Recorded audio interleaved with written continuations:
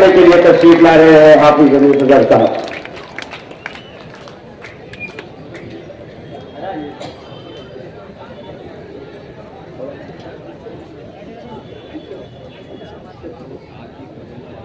अस्सलामु अलैकुम वरहमतुल्लाहि वबरकातुहू।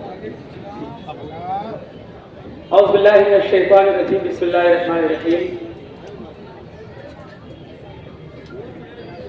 नहमदुहु व नुसल्ली अला रसूलिहिल करीम, अम्मा बाद। औज़ु बिल्लाहि मिनश शैतानिर रजीम, लअनतुल्लाहि अलल काज़िबीन। मोहतरम अमीन सरदार साहब, आज के इस अज़ीमुश्शान जलसे आम के सदर, हमारे और आपके कायद,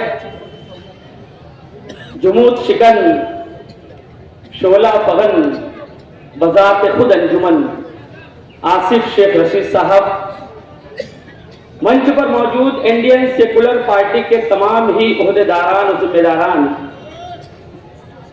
बुजुर्गों और नौजवान दोस्तों, जहां तक मेरी आवाज जा रही है माओं और बहनों, दस्तार के हर तार की तहकीक है लाजिम, दस्तार के हर तार की तहकीक है लाजिम, हर साहिब दस्तार मुअज़्ज़ज़ नहीं होता।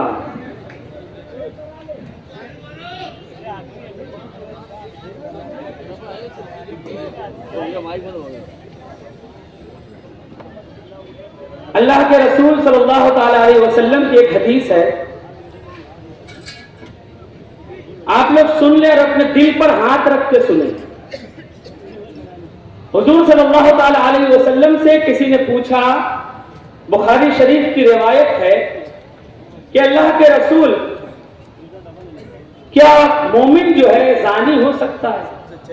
अल्लाह के रसूल सल्लल्लाहु अलैहि वसल्लम ने कहा हाँ।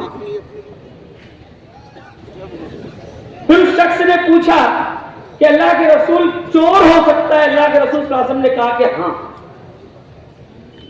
अल्लाह के रसूल ईमान वाला शराबी हो सकता है? अल्लाह के रसूल सल्लल्लाहु ताला अलैहि वसल्लम ने फरमाया हाँ, हो सकता है।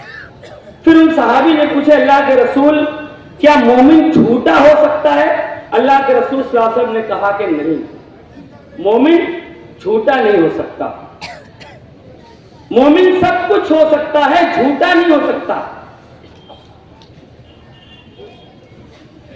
जब से भी इलेक्शन चल रहा है 3 महीने से, आसिफ साहब, मैं और हमारे स्टेज से हमारे मुकर्रिर तकरीर कर रहे हैं, किसी भी सामने स्टेज से हम किसी पर झूठ बोलने का इल्जाम नहीं लगाया। और अल्लाह गवाह है, हमने कभी कोई झूठ आप लोगों के सामने नहीं कहा। और जो हमारे मुखालिफ उम्मीदवार हैं, उनमें और नरेंद्र मोदी जी में कड़ा मुकाबला जारी है। कभी ये 1 नंबर पे आ जा रहे, कभी वो 1 नंबर पे आ रहे। इलेक्शनी तकरीर में झूठ बोलने में नरेंद्र मोदी और मुफ्ती साहब में कड़ा मुकाबला चल रहा है ऑल इंडिया लेवल पे। क्या बात है, क्या बात। कभी ये 1 नंबर पे आ जा रहे, कभी वो 1 नंबर पे आ रहे। हाँ, चुन के हम लोग आ जाएंगे, आसिफ भाई जब चुन के आ जाएंगे तो झुट्टाए आजम का खिताब और अवार्ड उनको देगा। वो कह रहे कि ये अच्छाई और बुराई का मुकाबला है। मुफ्ती साहब, अजीज अजहर आपसे मुखातब है, ये इलेक्शन अच्छाई और बुराई के दरमियान नहीं है। ये इलेक्शन उर्दू घर बनवाने वाले और उर्दू में हल्फ ना लेना पड़े इसलिए जानबूझकर ट्रैफिक में फंस जाने वाले के दरमियान है। क्या बात है। ये इलेक्शन फ्लाईओवर ब्रिज मंजूर करवा के काम चालू करवाने वाले और 5 साल तक उसको शुरू ना करवाने वाले के दरमियान है। ये इलेक्शन हर साल नन्हे बच्चों 13,000 तलबा तालिबात को किताब और कंप्यूटर बांटने वाले और 5 साल तक नौजवान नस्ल को नशे में ढकेलने वाले के दरमियान है ये मुकाबला।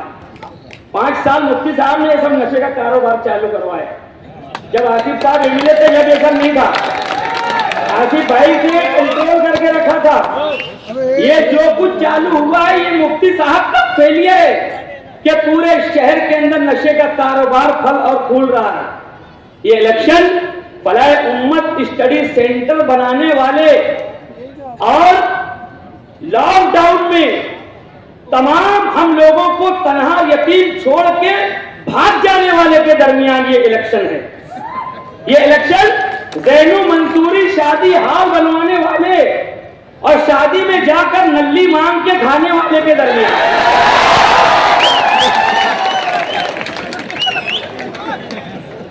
मानते हो? बोले ला यार नल्ले। ये इलेक्शन अच्छाई और बुराई का नहीं है। ये इलेक्शन आगरा रोड पर सीमेंट रोड बनवाने वाले, कुसुम्बा रोड बनवाने वाले आसिफ शेख रशीद और बाईपास के बारे में 165 करोड़ का सफेद झूठ बोलने वाले एमएलए के दरमियान ये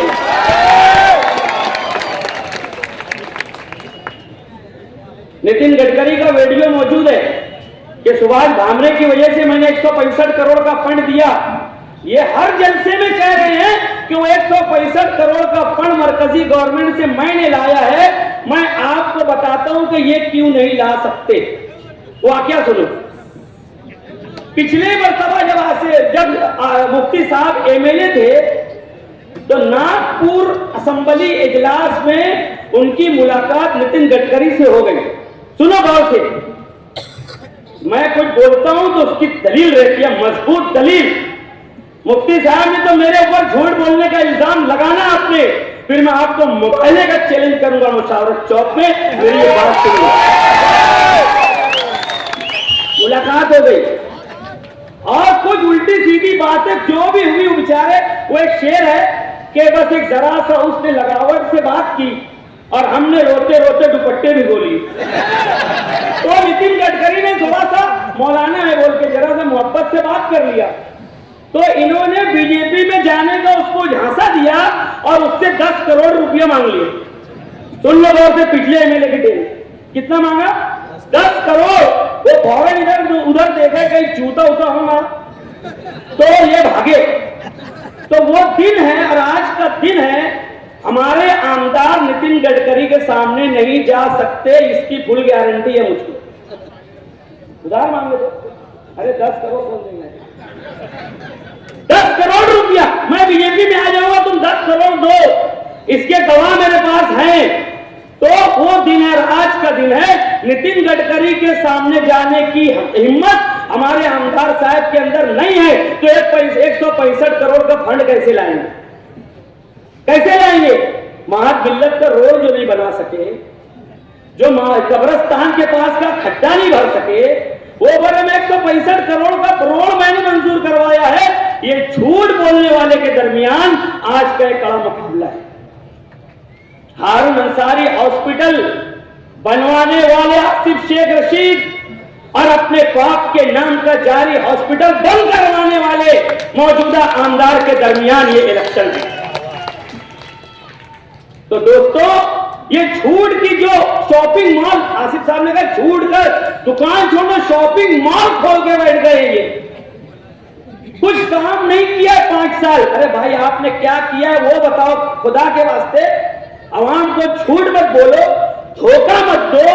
मोमिन सब कुछ हो सकता है, झूठा नहीं हो सकता।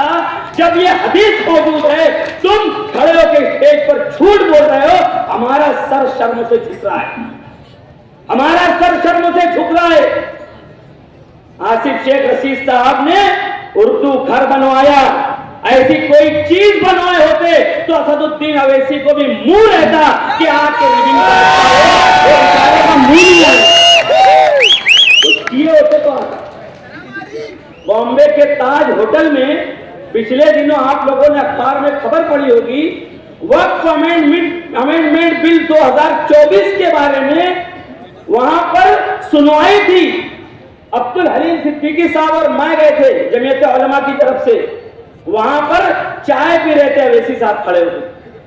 वहां पर अवैसी साहब खड़े होकर चाय पी रहे थे। मैंने भी उनको हटा के चाय ली वहां से ताज होटल में। हलीम सिद्दीकी साहब ने उनको बोला कि आपके एमएलए ने 5 साल मालेगांव में कोई काम नहीं किया है। वो ऐसे मुंडी हिला, और आप 2 महीने का बोल के जो 5 साल से गायब हैं, इस पर भी मालेगांव के लोग बहुत ज्यादा नाराज हैं। चाय 2 घूंट बची थी, अवैसी साहब रख के भाग गए। अरे बोले ठीक है बाद में वो चाय मैंने देखा 2 घूंट रखी थी, अवैसी साहब ने चाय रखी और आगे चले गए। 2 महीने का बोल के जाने वाला 5 साल से अभी तक उसका 2 महीना नहीं हुआ। आने वाले हैं ऐसा सुन रहे, छोटा झुट्टा आया, 1 घंटे तक झूठ फसाद बक के 1 घंटे तक तकरीर करके चला गया, मगर कुछ भी उसकी तकरीर से निकल के सामने नहीं आया। आसिफ साहब बात कर रहे हैं तो बात कर रहे हैं। आसिफ साहब आवाम की अदालत में आए हैं तो बोल रहे हैं कि मैं क्या करूंगा, बता रहे हैं आसिफ साहब। उनके पास विजन है, उनके पास प्रोग्राम है, उनके पास बेहतरीन मैनिफेस्टो है। आसिफ साहब ने कहा है कि मैं शेखुल इस्लाम हजरत मौलाना हुसैन अहमद मदनी रहमतुल्लाह अलैह और आला हजरत इमाम अहमद रजा रहमतुल्लाह अलैह के नाम पर 5-5 करोड़ का 2 इस्लामिक सेंटर मालेगांव में बनाऊंगा, ये आसिफ साहब ने ऐलान किया। और आसिफ साहब बता सकते हैं, मुफ्ती साहब बोलेंगे मैं बोरिंग चालू करवा दूंगा, मैं मानूंगा नहीं। मगर आसिफ साहब अगर बोल रहे कि मैं 10 करोड़ का 2 इस्लामिक सेंटर बनाऊंगा, मैं इसलिए मानूंगा कि आसिफ साहब ने उर्दू घर का तोहफा आप लोगों को दिया है, इस शहर को दिया है, इसलिए आसिफ साहब को हक है कि आसिफ साहब बोल सकते हैं और इंशाअल्लाह जरूर बना के देंगे। आसिफ साहब ने एक और वादा किया है आपसे, 5 जिले का डिविजनल हज हाउस, 5 जिले का डिविजनल हज हाउस। 5 जिले का हेडक्वार्टर आपको मालूम होना चाहिए नासिक है, और नासिक में मुस्लिम आबादी उतनी ज्यादा नहीं है। नासिक का सबसे बड़ा मुस्लिम आबादी और पॉपुलेशन का शहर मालेगांव है, इसलिए आसिफ साहब की बात बोलने में दम है।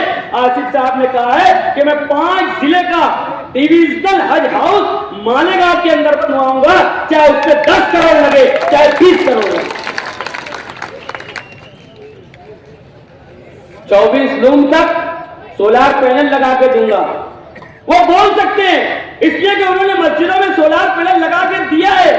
अगर हमारा लीडर कोई वादा कर रहा है तो उस वादे के पीछे रीजन है, उस वादे के पीछे उसकी सलाहियत है।